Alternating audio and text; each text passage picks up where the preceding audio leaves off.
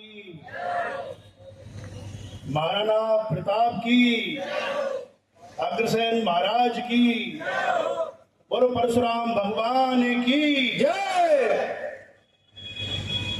अब देखिए, वैसे तो मंच पर हमारे आदरणीय महिपाल जी मकराना साहब, इनको कहिए आप यूजीसी रोल बैक के रोल मॉडल। एक बार जोरदार तालियां बजाइए इनको। दिन रात मेहनत में लगे हुए हैं। हमारे मंच पर मौजूद दूसरे संघर्ष के साथी भाई दिनेश रानेजा जी, परशुराम सेना के अध्यक्ष, और यहाँ विराजित मंच पर सभी सम्मानित यहाँ के समाजों के अध्यक्षगण, सामने विराजे हुए बुजुर्ग, मेरे युवा साथी, माता एवं बहनों, सबसे पहले तो मैं आप लोगों को नमन करना चाहूंगा कि आप लोग यहाँ पधारे और एक बार तालियां आप लोगों के लिए बजाइए आप, क्योंकि मैं जब से आया हूं तब से मैं नजर घुमा रहा हूं मंच से लेकर सामने तक कि जो गंगापुर से लेकर जयपुर तक ब्राह्मण समाज के नाम पर राजनीति करते हैं वो लोग हैं कहां।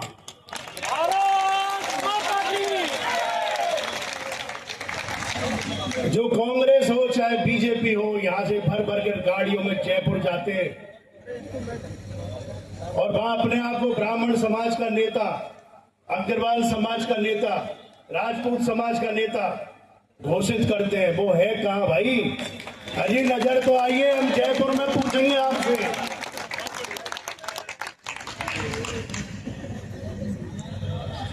अब रानेजा जी बोल लिए और दूसरे वक्ता महिपाल जी हैं। भाई साहब, अब इनके सामने में तो वक्ता हूं नहीं, ये मान के चलिए हम। लेकिन अभी धनखड़ जी कह रहे थे दाढ़ी वालों से डर लगता है, सुना था आपने? हमारे पास दो दाढ़ी वाले हैं। ये बात मोदी जी तक पहुंच जानी चाहिए। मैं मुद्दे पर आता हूं कि हमारे देश के आजादी के लिए लड़ाई लड़ी हमने, चाहे मुगलों से लड़ाई लड़ी हो, चाहे अंग्रेजों से लड़ाई लड़ी हो। एक 1.5 हड्डी का आदमी जिसको वैश्य समाज भूल चुका है, मोहनदास करमचंद गांधी, आप भूले नहीं हो, आपको भुला दिया गया है।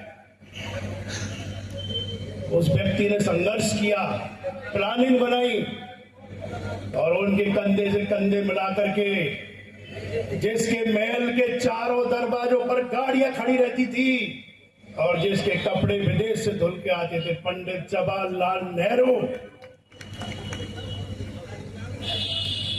सरदार पटेल, इन लोगों ने रणनीति बना करके इस देश को आजाद कराया।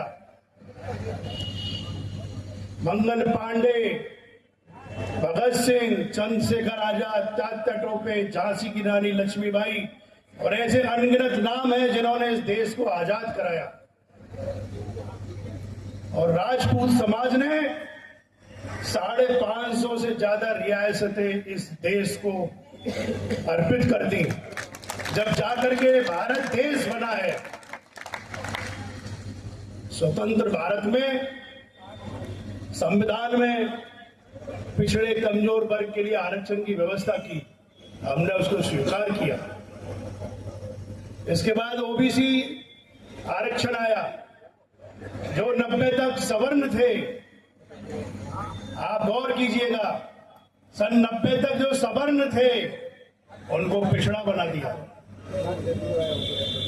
इसके बाद प्रमोशन में आरक्षण आया, उसको भी हमने बर्दाश्त कर लिया। कट ऑफ खत्म कर दी, उसको भी हमने झेला। इसके बाद एसटी एससी एक्ट जैसा काला कानून हमारे ऊपर लाद दिया गया 2018 में। उसके लिए भी आपने संघर्ष किया और उस संघर्ष की लोगों को याद हो, हमने जयपुर में रामलीला मैदान में सभा की थी और भारत बंद 2 बार किया था। उसका परिणाम था कि मध्य प्रदेश राजस्थान और छत्तीसगढ़ तीनों जगह बीजेपी को धूल चटानी पड़ी और हमारी नाराजगी को देखते हुए ईडब्ल्यूएस आरक्षण का मोदी जी ने हमको दिया और उनको पता था कि अंदर से भरे बैठे हैं। तो भाइयों, पुलवामा में बम फूट गया और उस बम की आवाज में फिर हमारे अंदर जो राष्ट्रभक्ति की भावना है, देश के लिए भावना है, राष्ट्र के लिए भावना है, फिर वो भावना जागी। फिर हमने मोदी जी को चुना। ठीक है, चलो, एक छोटा सा एक बच्चा सा देश है, उससे लड़ता तो रहता है कम से कम, लेकिन अब ये क्या, देखिए भाई, ये राष्ट्रीय स्वयंशक्ति न्यूज चैनल आपको हमारे बच्चों पर थोप दिया दे रहा है और हम लोगों ने सब कुछ झेला। समूह तस्वीरों के माध्यम से देख सकते हैं। पहली खबर सच्ची खबर दिखाने के लिए आपको तस्वीरों के माध्यम से दिखा रहे हैं, आप स्वयं देख सकते हैं। जब बात बच्चों पर आ गई तो जो योद्धा है और जिनके नसों में खून बहता है, जिनकी रगों में खून बहता है क्रांतिकारियों का, वो तो आएंगे ही मैदान में, और जिनकी नसों में दलालों का खून है वो घर पर बैठ करके इस सभा को देख रहे हैं। वो कोई नेता वेता नहीं है, गलत फहमी निकाल दीजिए।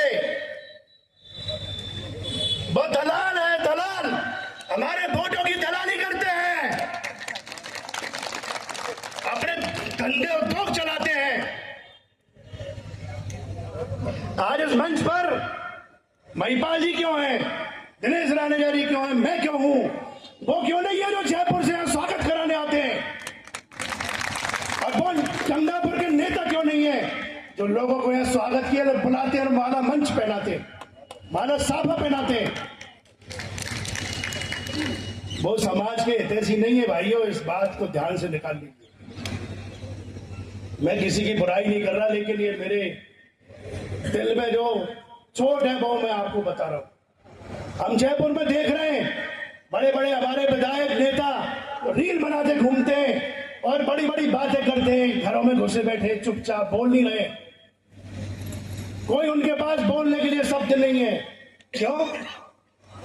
सबको अपनी सीट की परवाह है, किसी को पार्षद बनना है, किसी को नगर मंडल बनना है, कोई नगर मंत्री, क्या क्या तो पद बना दिए, बाढ़ अध्यक्ष, बाढ़ मंत्री। अरे क्या है भैया, क्या देश के प्रधानमंत्रियों के नाम भी कोई एक सुर में खड़े होकर बता सकता है? नहीं बता सकता।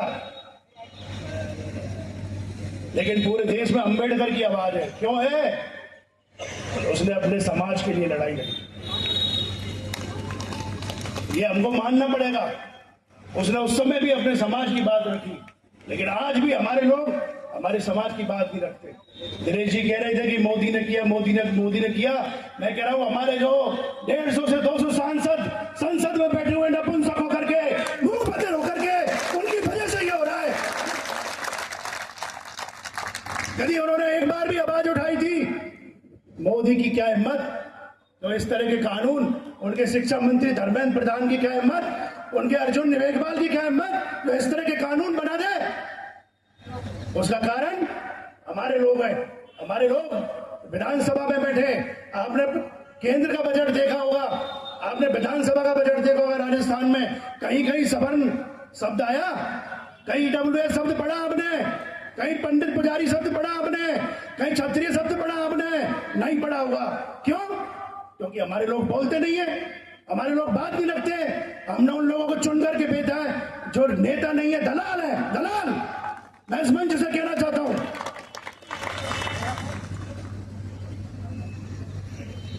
मेरे बाद मकराना जी बोलेंगे।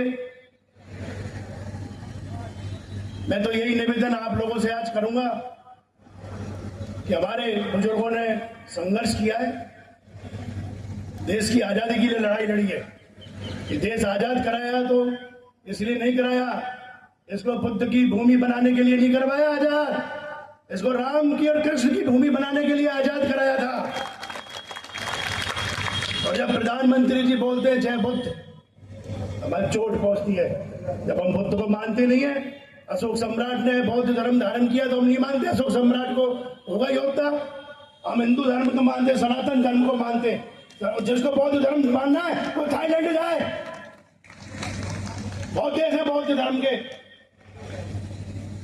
यूजीसी पर 8 मार्च को दिल्ली में सभा है और दिल्ली देश की राजधानी है।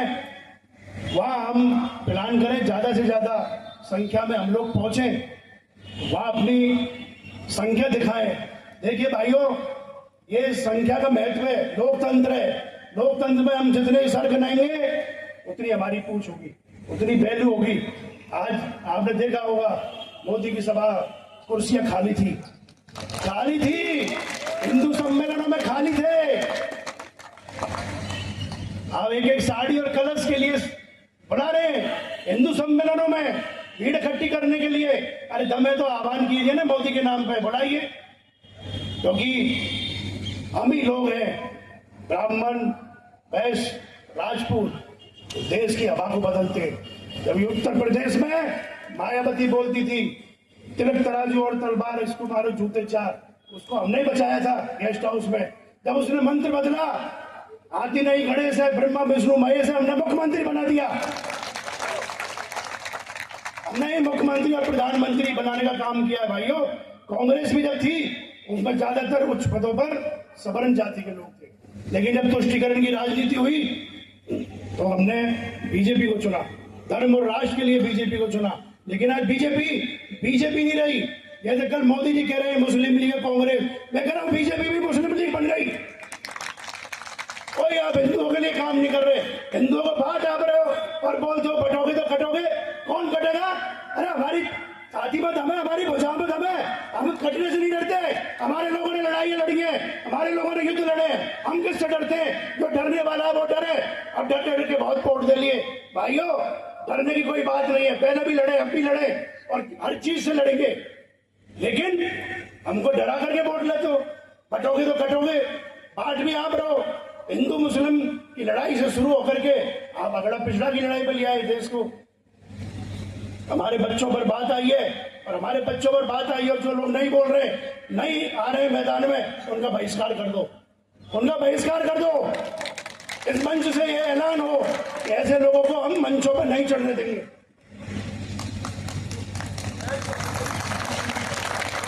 भारत माता की। एक गाना था भाइयों, जो जब आजादी के समय का, सरफरोशी की तमन्ना अब हमारे दिल में है, देखना है जोर कितना बाजुए का दिल में है।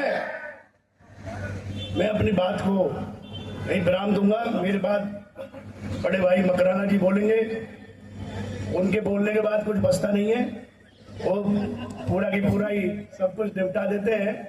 अंत में एक बात जरूर महिलाओं, मेरी माता बहनों के लिए कहूंगा, बुरा मत मानना भाई, यहाँ बैठे ये सब ज्यादातर 40 से 60 की 70 की उम्र के लोग हैं। हमने वीर जनना बंद कर दिया। माताओं से कहना चाहूंगा, जो हमारे बच्चे थे पहले हम थे, हम जिन माओ ने जने, हम धन्य हैं उस माँ के लिए, तो हम लड़ रहे हैं। आज कहाँ युवा हमारा? हमने युवा को तब्बू बना दिया, युवा को कमजोर बना दिया। हम उसको गाली बोलता है घर में तो डांटते, गाली मत निकाले। हमने कमजोर करने के लिए हम जिम्मेदार है। मैं तो मेरी माता बहनों से कहूंगा कि वीर पैदा करिए, वीर। और वीर कैसे पैदा होंगे? स्टार प्लस मत देखिए, इन नाटकों को देखना बंद कर दीजिए, इन रीलों को बंद कर दिए, नाचने गाने की रीलों को बंद कर दीजिए। अरे वीरांगना तो वो है जो रील पर नाचने से वीरांगना नहीं बनती। वीरांगना वो है जो जौहर में चल जाए लेकिन अपना नाखून भी दुश्मन को नहीं दिखाए।